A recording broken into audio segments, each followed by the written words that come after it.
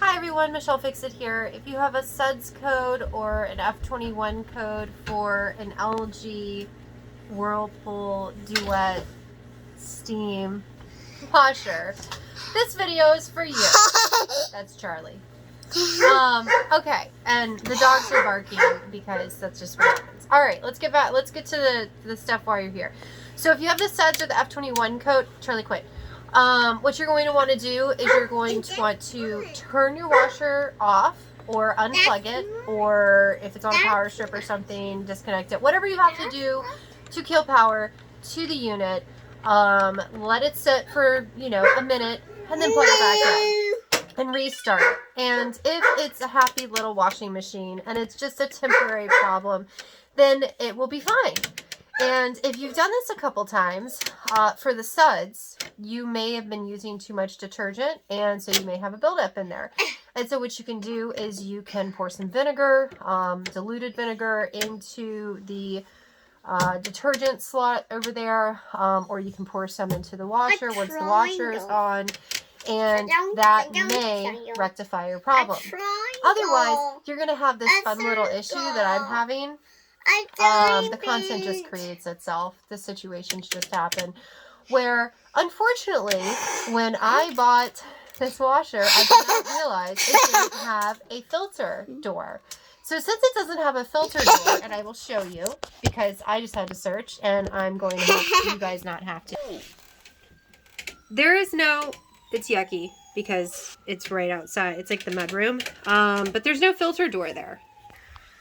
So if you don't have a filter door on your LG washing machine, you're trying to clean your filter, this video is also going to be for you. So what you're going to have to do is hopefully you don't have your units stacked on top of each other. I don't. I almost did, and I'm so happy that I did not do that.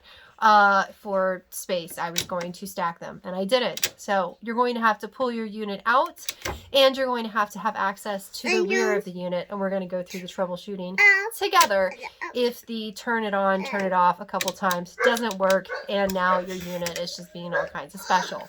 So stay with me, because we're going to move the unit around and see what we get to. Alright, I cannot express how annoyed I am that I have to do this, but you guys get a video out of it. So, you're going to pull your unit away from the door, and you'll see the back of it. No, I did not take all the stuff off. So, you're going to have to remove all these little screws, okay? All these wonderful screws need to come off to be able to pull this panel off. And for posterity's sake, I will let you guys watch that, and you can, partake. Okay, I don't have a tripod, so there's no partaking, but remove all those screws, and then I'll show you guys what it looks like. So just pretend you see me going like, yes, it's all exposed for other stuff. Shiplap is fun for being able to go back to projects. Anyways, you guys start removing your screws, and I will be back in a moment. First annoying piece of it, you're going to need some T20 bits, because yay, they're not Phillips bits. So back to the unscrewing stuff. For my unit, 19 bolts later, or screws later, you see that. So we have all the screws taken off. This is now mobile, but we're going to move this out of the way. And in the event that I didn't already previously state it, you're going to want to make sure that your power is killed to the unit so you don't shock yourself in the process. So unplug it, flip a breaker, whatever you have to do, make sure the unit is not powered, and then verify. Okay, so now I'm a little bit grumpy, because my unit is not like the other units. My unit should have this pump right here. See this? This is the pump. My unit should have my pump where I can put a tray in front of it. So that's the hose. This is the hose that has the water and stuff in it. And then that's your pump. It has the filter on the other side. So I don't even know why they didn't do a door. So in the event that your filter has an orientation where you can put something down here to take the water and then take the top off of that piece back there, then you empty it out, you clean it out, and you're good to go. And then you also want to check your lines, make sure that they're not all gunked up, because it's with those codes, it's going to be the lines gunked up, something might be in there, the motor might be going out, there's a couple different things. But if you're like me, now you get to take your whole front of your washer off to do that. So if you were like me and this is not helping you, then stay tuned, because I'm going to give you a tutorial on how to do that. Alright, if memory serves, you're going to remove 1, 2, 3 bolts from the top of the unit up here. So I'm going to go ahead and get that going. Once you've done that, you're just going to pull it. It's going to come loose from the top. You're just going to like lift it, shimmy it. More of a 2 hands type of deal. I'm trying to get you guys cropped. I don't do editing, I just record what's going on with my life. So wiggling, jiggling back and forth, comes off like so.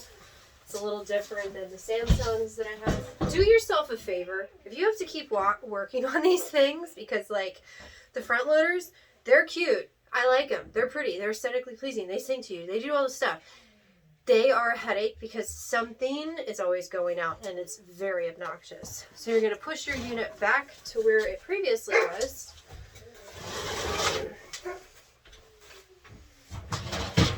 Good grief. Alright, and we're going to look at the top here. So memory says here and here, and then we're going to have to pull this out. I believe we'll have to open up the door. I haven't had to tear this unit apart yet. So yeah, I'll probably have to take these guys out, and then this thing will either come out as one big piece or it might separate. I don't know, but my thing is right here. So this is way too much. They should have just done a door. This is stupid. So yeah, stupidity. So stick you guys here while I unscrew more stuff. Yay, fun stuff. I'm not even going to lie. I'm exceptionally annoyed at this point because I took the top off and I was going to take the front of it off, and then I started looking at it, and as it turns out, there are 3 bolts here, here, and here. So if you have a plate down, a pan down like I do, you're gonna like hold the thing up and undo this one, that one, and that one. And the other thing that's very obnoxious is right here, trying to get the flash to work for you guys, right here, this would have been perfect placement for a filter, because now, no matter which way I do it, I cannot just, like if it was over here, if it was kicked over, I'd have been able to put like a pan or something underneath it. I do not have that option, so this is going to make a big mess. I'm going to try to make it as little of a mess as possible. But I'm going to take this off, get the water out of it. It's going to leak all over the place. It's very annoying. I don't even know what this little thing is for, because there are no videos that I could find on this problem at present time. And no, I didn't search endlessly on it, because I actually know a fair amount about how to do and what to do and everything else. What is this? It's like a weird stopper or something. Maybe it'll rotate.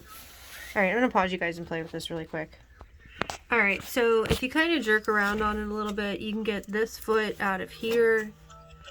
You can get this to pop down. You can get this foot out of here. And then, you know, we're going to put this in a thing. So we're going to scooch it back. I have like literally a bucket of screws at this point. And this is what happens when you're DIYing. Like, everybody tries to make the videos like, oh look, I know how to do all this stuff. No, you're just figuring it out.